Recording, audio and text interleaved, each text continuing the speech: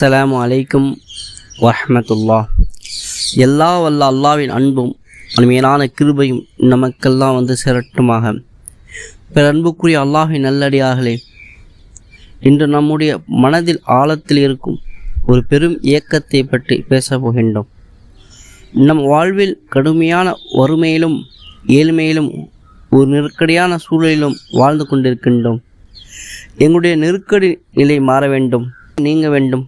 அல்லாஹ் சுப்ஹானஹு வ தஆலா எங்களுக்கு பொருளாதாரத்தில் பெரிய பரக்கத்தை, பெரிய வளர்ச்சியை தர வேண்டும் என்று நாம் எல்லோரும் நினைக்கின்றோம். எது கிடைத்தாலும் மன நிறைவான வாழ்க்கை எனக்கு கிடைக்க வேண்டும், குறைவில்லாத வாழ்க்கை இருக்க வேண்டும் என்ற அந்த நினைப்பு நம் அனைவருக்கும் உண்டு. அந்த நினைப்பு நிறைவேறுவதற்கான அல்லாஹ் சுப்ஹானஹு வ தஆலா நமக்கு தந்திருக்கின்ற ஒரு பொக்கிஷமான விஷயத்தை தான் நான் இன்றைக்கு உங்கள் முன்னால் சொல்ல போகின்றேன். திருக்குர்ஆனின் 30 வசனங்களை கொண்ட ஒரு அத்தியாயம் இருக்கின்றது. அதை ஓதுவதன் மூலமாக கிடைக்கக்கூடிய மகத்தான பலன்களை பற்றி தான் நாம் பார்க்க போகின்றோம். இந்த அற்புதமான விஷயத்தை நபிகள் நாயகம் ஸல்லல்லாஹு அலைஹி வஸல்லம் அவர்கள் நமக்கு சொல்லி தந்திருக்கின்றார்கள். வேறு எதுவும் இல்லை. நம் அனைவருக்கும் மனனமாக கூட இருக்கலாம். சில யாசின் ஓதுவது போல் இதயம் தவறாமல் ஓதுவார்கள். அதுதான் சூரா முல்க். அந்த அத்தியாயம் துவங்குகின்றது. தபாரகல்லதீ பியதில் முல்க் என்று, அதாவது எவனுடைய கையில் ஆட்சி அதிகாரம் இருக்கின்றதோ அவன் பாக்கியம் புரிந்தவன் என்று பொருள்படும்.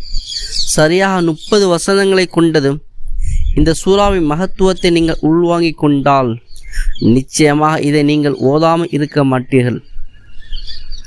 சூரா முல்க் தரும் 3 மகத்தான பலன்கள்.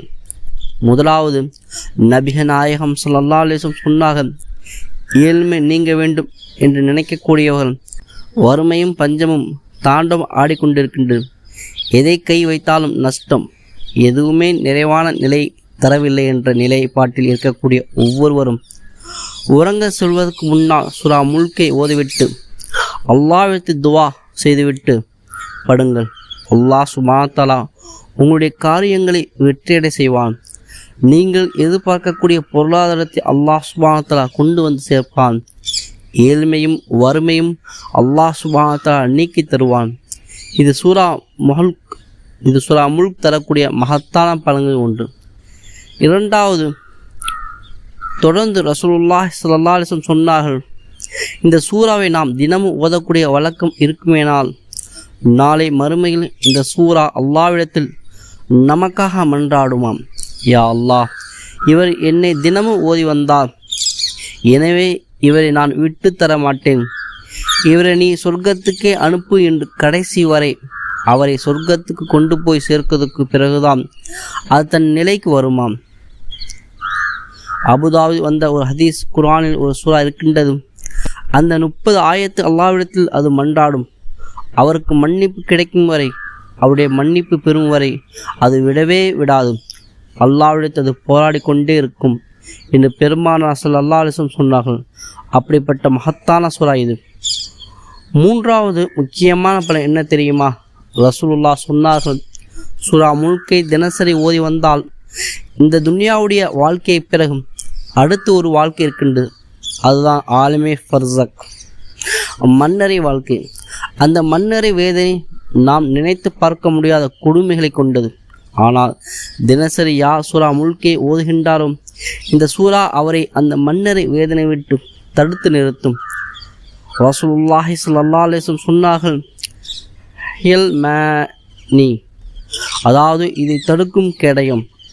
அதாபுல் கபரிலிருந்து, மன்னரை வேதனையிலிருந்து, கபரின் வேதனையிலிருந்து இந்த சூறா அவரை பாதுகாக்கும். நம் கடமை என்ன? அன்புக்குரிய சகோதரிகளே, இந்த அற்புதம் நமக்கு கிடைக்க வேண்டும் என்றால் நாம் செய்ய வேண்டியது ஒன்றே ஒன்றுதான். வாழ்கிற போது தினமும் இதை ஓதுங்கள். என்னால் இயலாது என்று நீங்கள் நினைத்தால் உங்கள் குடும்பத்தில் யாராவது ஒருவர் இந்த சூறாவை ஓத வேண்டும். குறிப்பாக தூங்குவதற்கு முன்னால் இந்த சூறாவை ஓதுவது சிறப்பு. இதுதான் நபிகள் நாயகம் ஸல்லல்லாஹு அலைஹி வஸல்லம் காட்டி தந்த வழி. மேலும் உங்களில் யாராவது அல்லாஹ்விடத்தில் சென்று விட்டீர்களா, அவர்களுக்காக வேண்டி நீங்கள் தினமும் ஓதி அவர் பேர் ஹதியா செய்யுங்கள். யா அல்லாஹ், இதனுடைய நன்மைகளை அவருக்கு கொண்டு போய் சேர்த்து விடு என்று நீங்கள் துவா செய்யுங்கள். அதன் மூலமாகவும் அவருடைய வேதனை குறைப்பதற்கு வாய்ப்பு இருக்கின்றது.